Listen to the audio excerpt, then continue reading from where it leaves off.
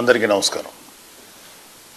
Already మా జనసేన కార్యకర్తలకి వీర మహిళలకి ఎస్పెషల్లీ పిఠాపురం కాన్స్టిట్యున్సీలో ఉన్నటువంటి ప్రతి జనసేన కార్యకర్తకి వీర మహిళలకి అభిమానులకి అందరికీ ఒక విషయం ఆల్రెడీ చెప్పాను.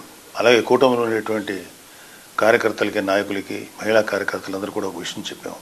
రేపు జరిగే కౌంటింగ్ ప్రక్రియలో ఎట్టి పరిస్థితుల్లోనూ సంయమనం కోల్పోకండి, కొంచెం ప్రశాంతంగా ఉండండి.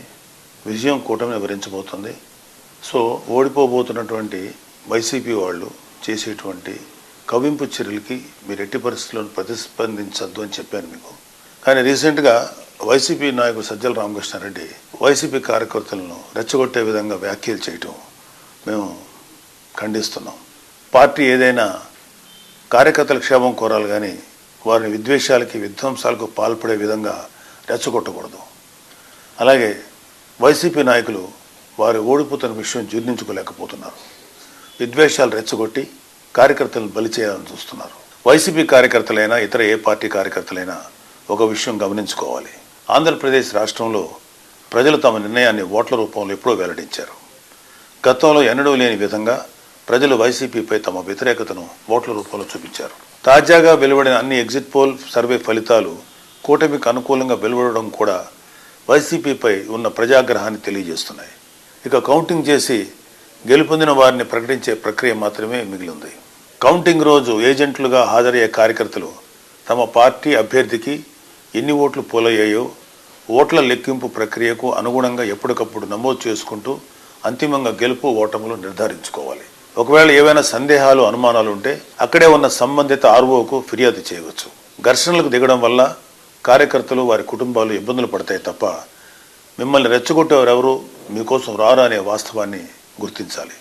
జూన్ 4న జరగనున్న కౌంటింగ్ ప్రక్రియకు ప్రజాస్వామ్య పద్ధతిలో ఎన్నికల కమిషన్ అధికారులు జారీ చేసిన నిబంధనలకు అనుగుణంగా నడుచుకోవాలని అన్ని పార్టీల కార్యకర్తలను మరొకసారి కోరుతున్నాను.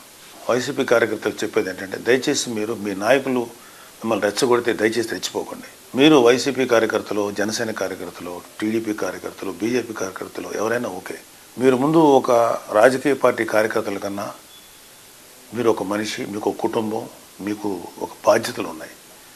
ఫస్ట్ ఇలాంటి వాటిలో మీరు సంయమనంతో బిహేవ్ చేస్తే బాగుంటుంది తప్ప మీరు ఏ తప్పు చేసినా సరే పోలీస్ కేసులు కానీ ఇతరత్ర సమస్యలు మేము చుట్టుపట్టే అవకాశం ఉంది. దయచేసి వాటికి మీరెవరూ కూడా లొంగద్దు.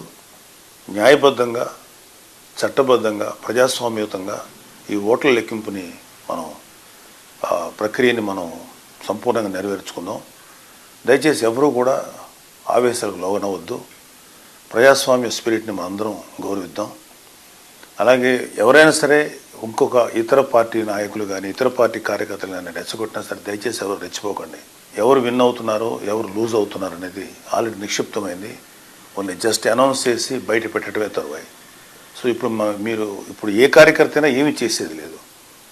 జస్ట్ హుందాగా ఏదైతే ఫలితాలు వస్తాయో వాటిని స్వీకరిద్దాం.